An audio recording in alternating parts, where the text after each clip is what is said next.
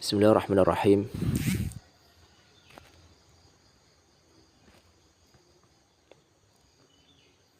Bismillahirrahmanirrahim. Alhamdulillah wassalatu wassalamu ala Rasulillah wa ala alihi wa sahbihi wa man walah. Kaum muslimin muslimat, mustami'in mustami'at, para pendengar dimanapun Anda berada, rahimana wa rahimakumullah. Azzana wa azzakumullah. Semoga Allah Subhanahu wa taala selalu merahmati kita semua dimanapun kita berada, dalam keadaan apapun kita selalu dibimbing oleh Allah Subhanahu wa taala. Baik, ada sebuah video yang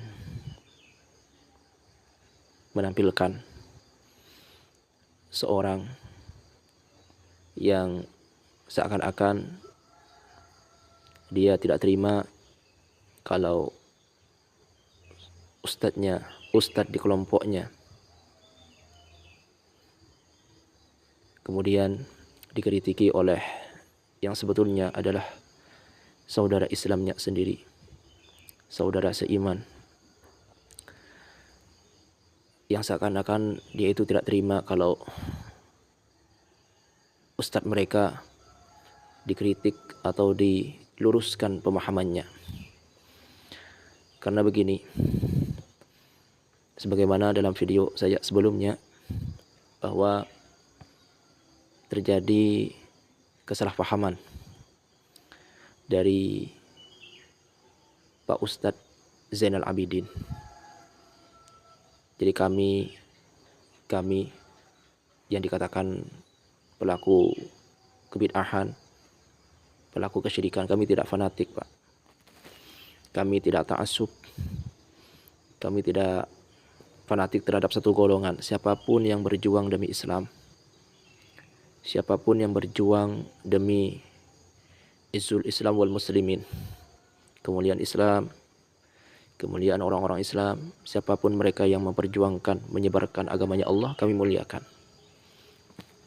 Kalau dia punya ilmu, kami katakan ustadz, siapapun dia, baik itu dari kelompok kami, ataupun dari kelompok Anda, ataupun dari kelompok-kelompok Islam yang lain, ketika mereka punya ilmu keislaman, yang keislamannya itu lurus, keilmuannya adalah keilmuan yang tepat benar, maka kami katakan dia itu adalah ustadz. Cuman yang namanya ustadz itu bukan nabi, bukan rasul, jadi pasti salah. Ketika disalahkan ya harus diterima. Mereka bukan nabi, mereka bukan rasul, gak ada maksum dari Allah Subhanahu wa taala. Jadi bisa terjadi kesalahan. Maka tidak salah dan tidak menjadi problem sebetulnya ketika ada orang-orang yang mengkritik ustadz, menyalahkan ustadz. Gak ada masalah, itu adalah sebuah respon positif untuk ustadz itu sendiri agar supaya berbenah dan memperbaiki diri. Itulah muslim sejati. Muslim sejati, muslim hakiki, muslim yang sungguh-sungguh betul-betul muslim adalah mereka yang ketika melihat saudara muslimnya kok menempuh jalan atau memiliki pemahaman yang berbeda, maka diarahkan kepada pemahaman yang benar. Coba Anda lihat dalam video Pak Ustadz Zainal Abidin ketika mengutip dan memahami perkataan Imam Ibnu Hajar. Di sana beliau secara jelas, beliau itu salah paham. Jadi kan masalah ini kan masalah imsakiyah, waktu imsak. Jadi Pak Ustadz Zainal Abidin ini menyerahkan tradisi ritual imsak. Imsak itu kan adalah berhenti makan dan minum atau tidak melakukan hal-hal pembatal puasa sebelum waktu subuh. Sebelum waktu subuh sudah berhenti, beberapa menit sebelumnya telah berhenti, itu namanya imsak. Yang kemudian dikatakan bid'ah mungkarah oleh Pak Ustadz Zainal Abidin, yang beliau itu salah memahami perkataan Imam Ibnu Hajar. Yang sebetulnya kalau Anda teliti, kalau Anda cermati, kalau Anda pahami betul-betul perkataan Imam Ibnu Hajar dalam kitab beliau Fathul Bari itu itu beliau mengatakan bid'ah mungkarah kepada tradisi sebagian orang. Di situ dikatakan la yu'lamu bidzalika illa ahadun nas. Jadi yang melakukan itu hanya beberapa gelintir orang atau beberapa kelompok orang. Sedikit. Yang mana mereka itu memiliki tradisi menyeleweng. Memiliki tradisi yang betul-betul berbeda dengan apa yang telah diajarkan Nabi Muhammad SAW, yang mana Nabi itu mengajarkan kepada kita kalau bersahur diakhirkan, kalau berbuka dipercepat. Kalau bersahur diakhirkan, kalau berbuka dipercepat. Itu adalah sunnah. Itu adalah sunnah Nabi Muhammad SAW. Sedangkan yang sebagaimana dikatakan bid'ah mungkarah sebetulnya oleh Imam Ibnu Hajar dalam kitab beliau itu, ada beberapa tradisi orang yang mana mereka itu mempercepat sahur, sehingga konsekuensinya mereka itu pun mendahulukan iqa'ul adani sani qabla al-fajr. Bahasanya seperti itu. Jadi mereka itu menjatuhkan adzan yang kedua, adzan subuh maksudnya, sebelum subuh. Jadi mereka itu melakukan adzan subuh sebelum subuh. Artinya apa? Mereka sholat subuh sebelum waktunya. Coba, ini bid'ah mungkarah apa tidak? Ini boleh apa tidak? Jelas tidak boleh. Gak boleh seorang itu adzan sebelum waktunya adzan. Gak boleh seorang itu sholat wajib sebelum waktunya belum tiba. Jelas ini bid'ah mungkarah. Yang kemudian lanjutnya dikatakan oleh Imam Ibnu Hajar itu, kemudian akhirnya mereka berbuka diakhirkan ketika matahari terbenam. Akhirnya beberapa saat setelah itu bidarajatin litamkinil waqti za'amu. Jadi mereka ketika terbenamnya matahari enggak langsung mereka berbuka, akan tetapi mereka menunggu beberapa saat kemudian mereka berbuka. Untuk apa? Untuk lebih meyakinkan begitu. Untuk lebih meyakinkan waktu kalau memang waktu itu adalah waktu berbuka. Termasuk ketika mereka bersahur untuk lebih yakin begitu. Lil ihtiyat sebetulnya. Cuman ihtiyatnya itu menyelisihi apa yang diajarkan oleh Nabi Muhammad SAW, bahkan menyelisihi syariat, yaitu mereka itu melakukan adzan subuh sebelum waktu subuh. Ini yang dikatakan bid'ah mungkarah sebetulnya oleh Imam Ibnu Hajar. Sedangkan kami yang melakukan imsak itu enggak. Adzan subuh ya ketika telah tiba waktu subuh. Sholat subuh ketika waktunya subuh. Enggak ada itu. Enggak ada kami mendahulukan adzan dari waktunya, adzan subuh dari waktunya, sholat subuh dari waktunya, enggak ada. Jadi begitu masalah imsakiyah. Ya, jadi sebetulnya Pak Zainal Abidin ini salah di dalam memahami, mohon maaf, beliau itu salah di dalam memahami perkataan, ibarat, redaksi kitab Fathul Bari yang dikarang oleh Imam Ibnu Hajar Al-Asqalani. Nah, kemudian dikritiki atau diluruskan oleh Mas Sani Oye dan beberapa orang yang lain, meluruskan pemahaman Pak Ustadz Zainal Abidin. Mestinya sebagai orang yang muslim sejati, ketika dikritiki ya harus terima lapang dada begitu ya. Nah, itu adalah kritikan yang membangun sebetulnya. Gak ada manusia itu yang gak lepas dari yang namanya kesalahan. Termasuk kami, kalau salah ya dikritiki, diluruskan. Begitu. Demi kebaikan bersama. Gak mau seorang muslim itu gak mau melihat saudaranya terjerumus di dalam ke jurang kebinasaan, itu gak mau. Seorang muslim sejati adalah tidak mau kalau saudara muslimnya itu melakukan kesalahan, baik itu ucapan ataupun perbuatan. Itu muslim sejati.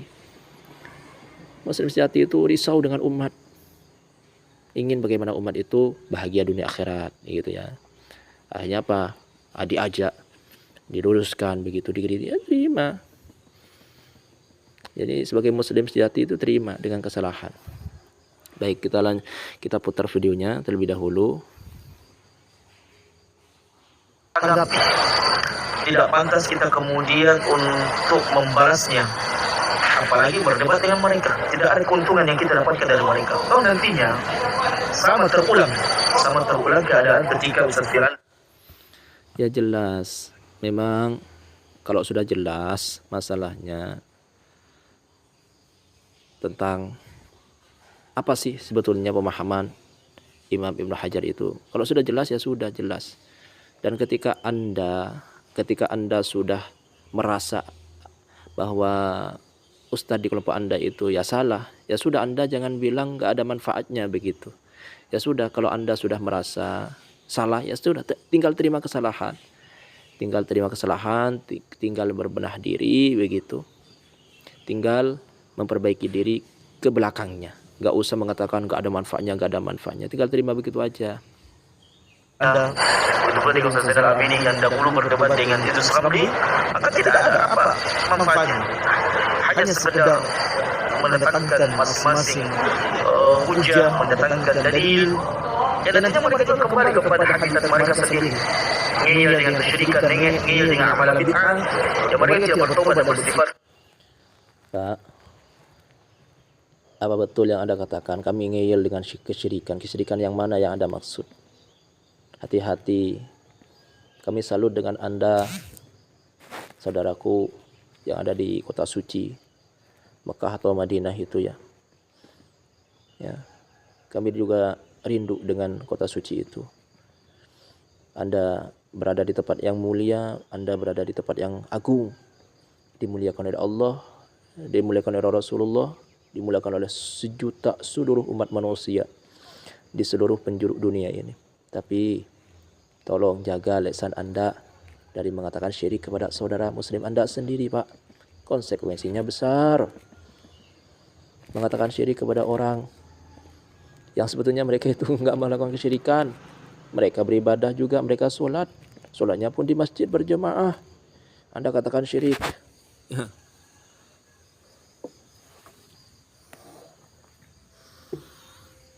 Saya ingat konsekuensinya itu, Pak. Kami sholat, ya mohon maaf ya, sebetulnya biar Anda tahu begitu, nggak mudah mensyirikan, jangan mudah mensyirikan orang. Biar Anda tidak mudah mensyirikan orang, Pak. Kami bersyahadat, kami sholat. Kalau punya kewajiban zakat, bayar zakat. Datang Ramadan, puasa Ramadan. Punya bekal untuk haji umroh, berangkat haji umroh. Kemudian Anda mengatakan syirik. Kenapa? Hati-hati. Kata Nabi, orang yang mengatakan syirik kepada saudara Islamnya, kemudian pada hakikatnya mereka itu bukan melakukan kesyirikan, maka kata-kata syirik itu akan kembali kepada yang mengatakan. Jadi saya kasihan melihat Anda ini, takut. Eman-eman juga pahala Anda, Pak. Karena orang itu nanti di hari kiamat akan ada sebagian orang-orang yang merugi, sudah amal banyak, sampai di akhirat ternyata diambil sama si A, diambil sama si B, diambil sama C. Kenapa? Dulu orang itu menzalimi ini, pernah mengatakan ini kepada orang ini, pernah mencaci ini. Akhirnya sudah diambil kebaikan-kebaikannya. Kalau sudah kebaikannya habis, keburukan orang itu akan ditimpakan kepada orang yang melakukan kezaliman. Jadi hati-hati. Dan ingat lagi, konsekuensi melakukan kebaikan, ya kan, di kota suci itu kan besar, gede. Melakukan kebaikan di Masjid Nabawi itu kan 1000.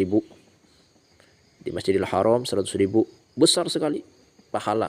Tapi ingat juga, melakukan keburukan, perkataan buruk, perbuatan buruk di kedua suci itu juga konsekuensinya besar juga. Jadi sebagai rasa persaudaraan saya, saudara Islam, saudara iman, jaga, Pak, tolong jaga lisan.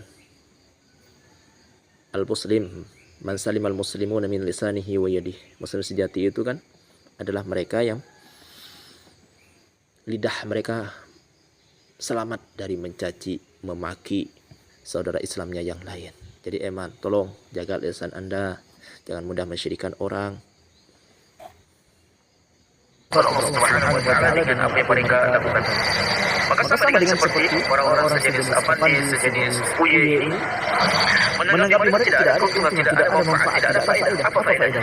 Toh mereka ini memang sudah apa namanya kesyirikan, amalan bid'ah, maksiat itu sudah menjadi darah daging, menjadi bagian dari kehidupan mereka. Maksiat yang mana yang Anda maksud? Kesyirikan yang mana yang Anda maksud? Ziarah kubur, maksiat, atau tahlilan lah. Anda tahu tradisi tahlilan itu apa?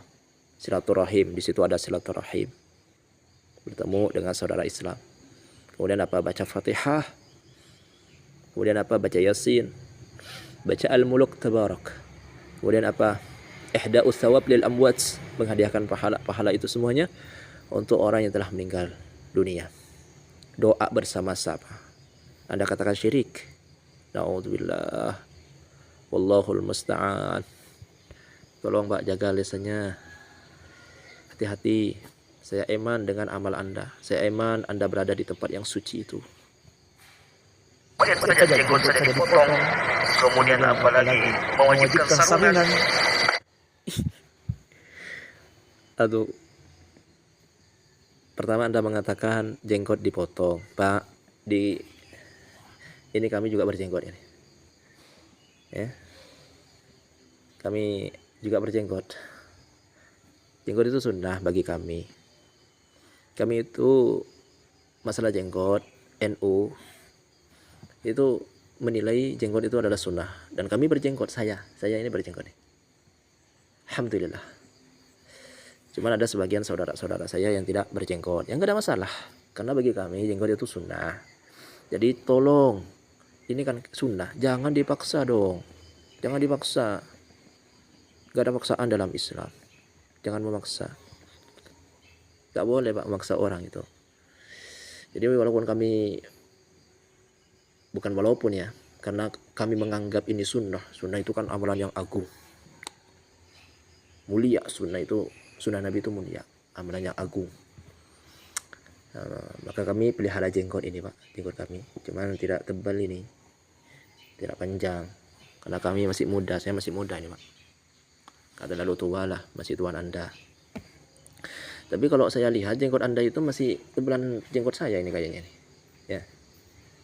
Walaupun tuan Anda kayaknya, tapi jenggot saya ini masih tebalan jenggot saya. Panjang jenggot saya daripada jenggot Anda ini kayaknya. Atau jangan-jangan Anda sendiri yang mencukur jenggot Anda itu. Jangan-jangan ya. Jadi tolonglah masalah jenggot ini.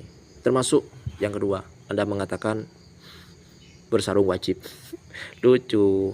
Gak ada dari kami itu yang mewajibkan pakai sarung, Pak. Gak ada. Coba siapa sih yang mengatakan, atau di kitab mana, di buku mana dia mengatakan NU mewajibkan sarung? Artikel mana? Gak ada, kami gak mewajibkan sarung. Ini fitnah. Hati-hati Pak, fitnah Pak, menuduh orang itu. Na'udzubillah. Tolong jaga lisan Anda Pak dari memfitnah saudara muslim Anda, apalagi Anda itu berada di tempat yang suci. Mewajibkan yasinan, tahlilan, kemudian salawatan yang menyimpang. Gak ada kami itu mewajibkan Pak. Mau tahlilan silahkan, yang gak mau juga silahkan. Gak ada. Mana yang mewajibkan? Anda itu kalau tidak tahu sebenarnya apa itu tahlilan, apa itu yasinan, jangan mengatakan. Ada kaidah ulama mengatakan al-hukmu 'ala syai' far'un an tasawwurihi. Menghukumi sesuatu itu harus tahu masalah yang akan dihukumi itu seperti apa. Jangan Anda itu menghukumi sesuatu yang Anda sendiri tidak tahu permasalahan yang Anda hukum itu seperti apa. Ini repot ini. Jadi Anda harus tahu dulu tahlilan itu apa gitu ya. Gak ada. Kami itu gak mewajibkan tahlilan. Kadang saya tahlilan, kadang tidak juga. Ya. Kadang tahlilan, kadang tidak. Gak selalu kami tahlilan itu. Jadi kalau sempat ya tahlilan, gak sempat ya enggak, begitu. Gak ada kewajiban. Yang dibaca di tahlilan itu surah Yasin, bacaan-bacaan Quran, bacaan-bacaan zikir, yang semuanya adalah kesunahan. Mau tahlilan ya silakan, nggak mau juga nggak ada masalah. Nggak seperti sholat wajib, Pak. Begitu. Jadi tolong aman Anda itu. Kebaikan-kebaikan Anda di kota Mekah itu luar biasa.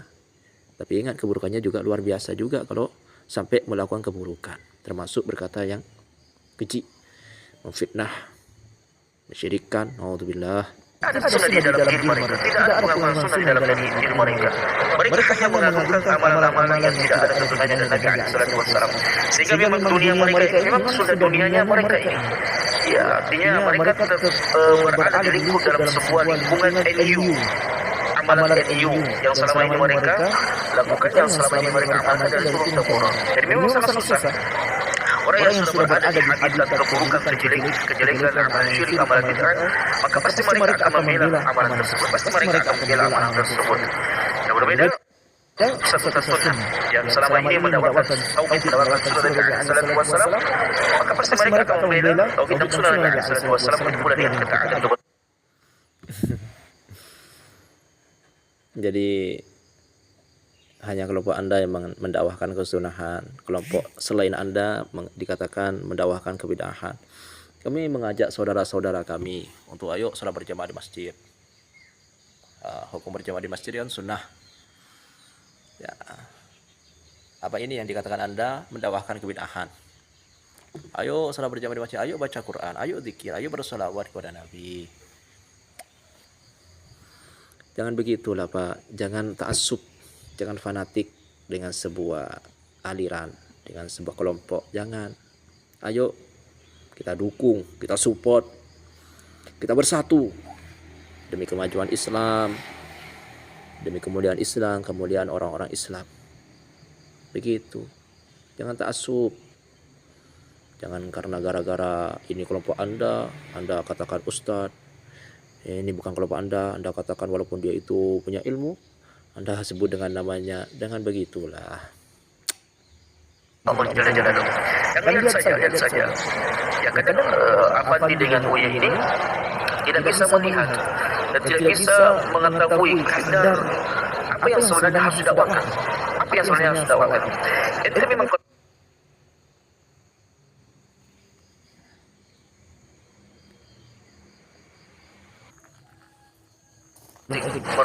Sunnah wal Jamaah, maka seharusnya poin yang pertama yang didakwakan apa? Tauhid. Dakwakan itu tauhid. Ingatkan kaumnya ente untuk jangan tawassul tabarruk di kuburan. Ingatkan kaum. Iya betul, mendakwahkan tauhid. Tauhid itu apa? Mengesahkan Allah, menyembah Allah, berzikir kepada Allah, bukan berzikir kepada makhluk, bukan minta kepada makhluk. Tauhid, mengesahkan Allah. Betul. Ente untuk meninggalkan sunnah dan tinggalkan amalan bid'ah, amalan yang tidak ada tuntunannya dari Nabi Alaihi Wasallam. Ingatkan kaumnya ente untuk tidak joget-joget dan dandan. Alhamdulillah min dzalik. Ya, di sebuah pesantren terjadi pelecehan seksual, terjadi pencabulan. Ini terus-menerus ada. Seperti gunung es yang mencair. Satu persatu terbongkar aib. Ya, betul, Pak. Memang saudara-saudara kita itu memang ada yang melakukan maksiat-maksiat. Ya, tanggung jawab kita bersama, bukan tanggung jawab perorangan itu. Bukan hanya tanggung jawab per kelompok. Termasuk tanggung jawab Anda. Anda kan saudara Islam. Anda kan orang Islam. Nabi mengatakan apa? Man lam yahtam bi amril muslimin falaysa minna. Kata Nabi. Orang yang tidak peduli dengan urusan orang Islam melakukan maksiat, Anda tidak peduli. Orang Islam melakukan maksiat, Anda tidak peduli. Yang katanya Anda berjoget-joget, Anda tidak peduli. Anda tidak berdakwah kepada mereka. Malah Anda nyinyirin. Mereka dikatain bid'ah, dikatain syirik. Ya makin jauh Pak umat, Pak. Kalau seperti itu. Jadi datangi mereka. Pegang tangan mereka, lemah lembut dengan mereka, gitu. Dakwahi mereka, Pak. Kan seperti itu dakwah dalam Islam itu. Kasih tahu yang benar begitu. Jangan langsung dikatakan Anda bid'ah, Anda syirik, masuk neraka. Jangan begitu, Pak. Akan lari orang itu. malah tidak mau dengan Islam. Bahaya, bahaya, bahaya. Ya. Ya, mereka kan saudara-saudara kita semua. Jadi bukan tanggung jawab perorangan, bukan tanggung jawab per kelompok, tanggung jawab orang Islam semuanya. Jadi kalau ada orang Islam yang berjoget-joget, ya bukan tanggung jawab warga NU, warga Muhammadiyah, warga Persib, bukan tanggung jawab semuanya itu, Pak. Termasuk tanggung jawab Anda kalau Anda mengaku Islam, gitu. Mereka, kebohongan-kebohongan mereka, amalan-amalan sempalan mereka, ya sudah luar biasa zaman dalam kejahatan dan keburukan mereka. Nah, kemudian datang orang seperti Avandi, orang seperti Buye dan sejenis mereka ini, ya santri-santri NU yang kemudian mengkanter yang hak dan membela kebatilan. Ini orang ngawur ini. Tidak seperti itu cara beragama kita kepada Allah Subhanahu wa taala. Yang dikanter adalah kesyirikan, yang dikanter adalah amalan bid'ah, yang dikanter adalah kemaksiatan yang ada di dalam tubuh kalian. Termasuk kemaksiatan adalah ketika seorang itu mengatakan perkataan orang yang orang itu semestinya tidak mengatakan, Pak. Alias dia itu berbohong atas nama orang lain. Seperti Pak Ustadz Zainal Abidin. Itu kalau niat itu bisa berbahaya. Tapi kalau memang nggak tahu, nggak ada masalah sebetulnya ya. Pak Ustadz Zainal Abidin kan mengatakan Imam Ibnu Hajar itu seperti itu. Padahal yang dimaksud oleh Imam Ibnu Hajar yang disalahfahami oleh Pak Zainal Abidin, akhirnya seperti itu. Padahal yang dimaksud adalah bid'ah mungkar itu adalah kan tradisi orang yang mendahulukan sahur, mendahulukan adzan sebelum waktunya, sholat subuh sebelum waktunya, kan seperti itu. Itu yang dikatakan bid'ah mungkar yang kemudian disalahfahami ternyata oleh Pak Ustadz Zainal Abidin. Ini termasuk kemaksiatan. Begitu. Jadi maksiat itu harus dirubah, begitu, diluruskan. Kemudian yang kedua, kapasitas Dr. Zainal Abidin ini memang bukan kali-kali kita paham Dr. Zainal Abidin, Masya Allah, dengan rutinitas beliau, dengan kesibukan beliau berdakwah, ini sebenarnya tidak pantas untuk menanggapi suku ini. Tidak pantas. Cukuplah ana dengan Salafil Ana itu membantah mereka. Tidak seragam yang Dr. Zainal Abidin. Senter LED super terang pertama kali yang ada di Indonesia. Khusus hari ini aja. Ditakutkan, sudah dijinakkan oleh Dr. Zainal Abidin. Tidak bisa apa-apa. Bahkan Yerusalem mengakui. Kadang orang Arab saja terjatuh dalam kesalahan yang tidak disengaja. Ada pun yang menjadi pokok daripada agama ini adalah bagaimana mengajak manusia kepada tauhid, bagaimana mengajak manusia kepada sunnah Nabi SAW. Jadi biar nggak kepanjangan, intinya begini. Jadi tolong jangan mudah mensyirikan orang, membid'ahkan orang sebelum tahu hakikat kesyirikan mereka itu apa sih yang menjadikan mereka itu syirik. Tahlilan syirik, kemudian yasinan katanya syirik. A'udzubillahi min dzalik. Jaga lisan, jaga hati. Semoga Allah Subhanahu wa taala selalu menjaga kita ya. Tolong sekali lagi, Pak, Anda berada di tempat yang suci, jaga kesucian Mekah Madinah. Jangan dikotori dengan perbuatan keji, perkataan keji, perkataan yang tidak berdasar. Kalau salah, ya terima. Jangan ngeles, jangan berdalil, jangan beralas-alasan. Dan ingat, jangan mengatasnamakan, sekali lagi, jangan mengatasnamakan perkataan seorang imam kalau belum memahami apa betul pemahaman imam itu seperti itu. Karena itu bisa dikatakan berdusta atas nama seorang imam. Luar biasa konsekuensinya. Dari saya sebagai seorang muslim juga, saudara Anda, tawassaw bil haq, tawassaw bis sabr. Saling menasihati dalam kebenaran. Kalau salah, diluruskan. Kalau sesat, diarahkan ke jalan yang benar. Ihdinas shiratal mustaqim. Semoga Allah Subhanahu wa taala selalu membimbing kita, mengarahkan ke jalannya yang lurus. Wassalamualaikum warahmatullahi wabarakatuh.